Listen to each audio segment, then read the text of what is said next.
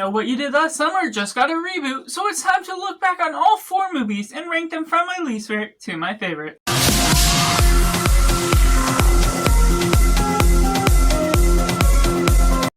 Welcome to Cinema, where we focus on the film. I'm Josh, this is Simply Cinema. Let me know down in the comments below what you think of the I Know What You Did Last Summer franchise as a whole, and individually just as well. Let's see our nice, diverse opinions on all the films throughout, including the TV movie from 2006, and everything that leads on to the 2025 reboot. But taking it in last place, we got I Always Know What You Did Last Summer, one that really twists the rules to the franchise.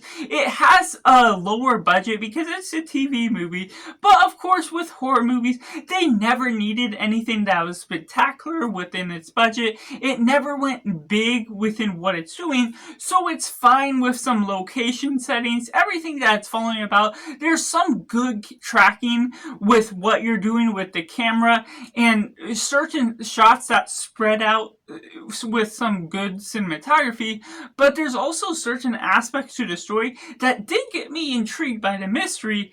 But there's so many issues going throughout, twisting the rules of what the franchise already set up to begin with, which are rather simple rules to follow to begin with. So the way that they took the direction of the story went way off the rails, took all these weird, indecisive motivations, these decisions that don't necessarily always make sense, adding on the plot protection of the main characters you need to keep, that obviously treads out the story longer than it needs to be, just creates this boring atmosphere, this look at this cinematography that, while I do compliment some of its shots, those are very few and far between, within bad tracking these characters throughout these different environments, just not a good look to these uninteresting characters, these variables to the killer itself, that just becomes unmotivated and weird to the direction they decided to take with it,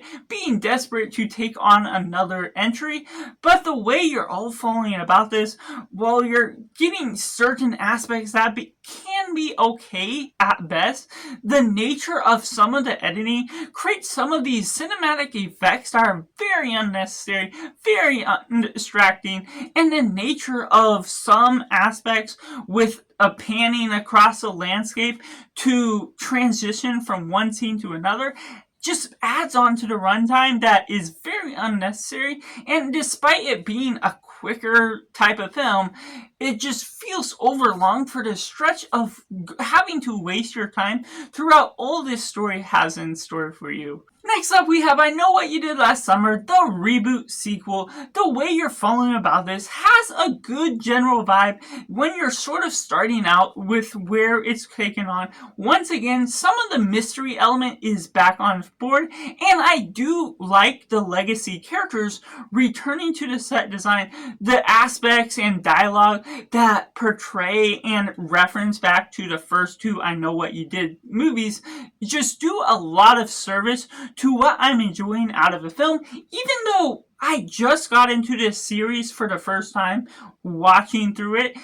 And I don't have any nostalgia, obviously, based on that, but I still enjoy getting the characters, getting the references, little odds and references to jokes that are utilized under that underlying factor.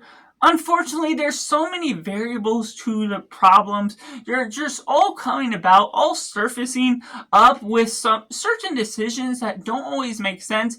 It all leads on to a big reveal that is bold in its twist, and it's respectable in that precision, but at the same time, it underdelivers with the fact that they're all basing it off of this idea of trauma, but it's a very general basis of trauma. They don't dig deeper into the motivations. They don't over-explain or do certain aspects that could do service to what you're doing once you reveal the killer, why everything is working in the way it does. And there's multiple variables that, while you do get the answers to some of your questions once the killer is revealed, there's still some variables that are left out unanswered the killer is always in the right place at the right time, and certain aspects of the film, how things all play on throughout, there's added details that could be neat, but they ultimately get shortened and don't necessarily extend throughout their entire runtime,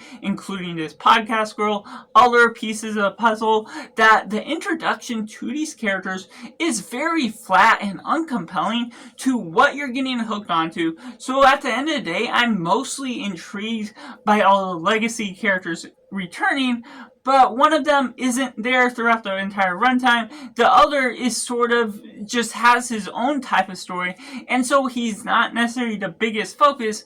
So the generalities of this film, while it can have a general good direction, it ultimately resurfaced this franchise with something that could lead on to something better if they get a fresher idea, but the fresh idea is not worth it enough to have said to return to this franchise just with what we're getting for the uniformity that it feels so similar to what we got in the franchise past. And taking at number 2, we got I Still Know What You Did Last Summer. The nature of this film builds upon some campy nature to the original. It's a step down, but the nature of it still has a general vibe. Taking it to the Bahamas, there's still a lot of weird issues and a weird choice to include Jack Black having this weird high guy that goes on the nature of where we're going. And there's not as much investment into the story because they're focusing a little bit more on the kills, which are decent, not necessarily spectacular, by what you're following about with the tagline that you're following through from beginning to end.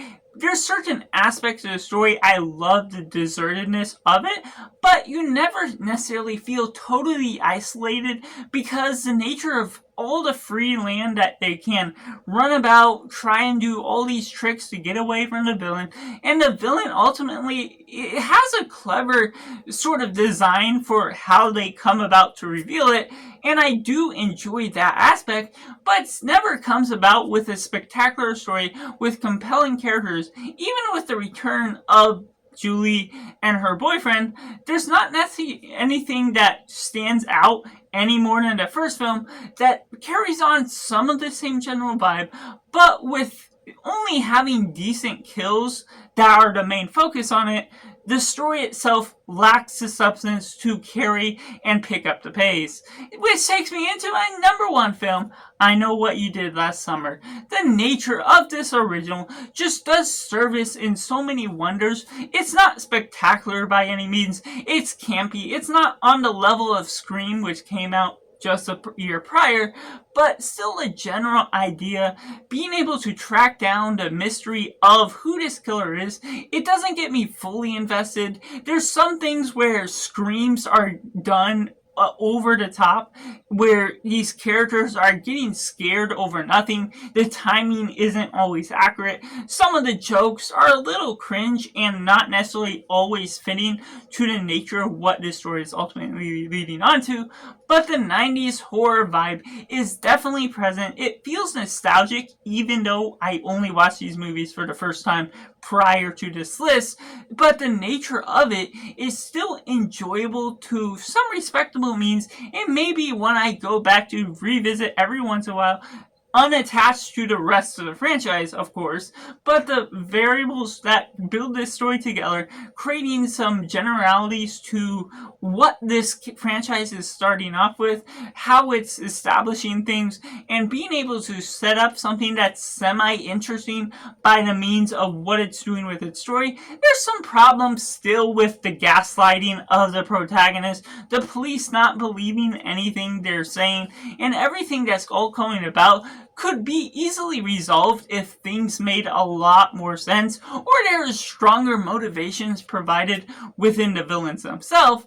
But ultimately, the outcome of this story is more promising to what I'm ultimately looking for within what I'm following about with this 90s horror vibe that ultimately comes about in a nice, serviceable way, even if it isn't necessarily anything great by any means. So that's just my personal ranking of I Know What You Did Last Summer, from my least favorite to my favorite, and I'd love to see your ranking down in the comments below.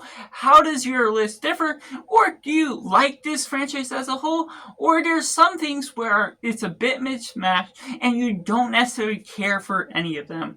Let me know all your thoughts, and make sure to like this video if you enjoy it. Subscribe if you haven't already, if you join in the film culture community where we talk about the love of cinema as a whole. So that's just all, and make sure to do yourself a favor and go watch a movie.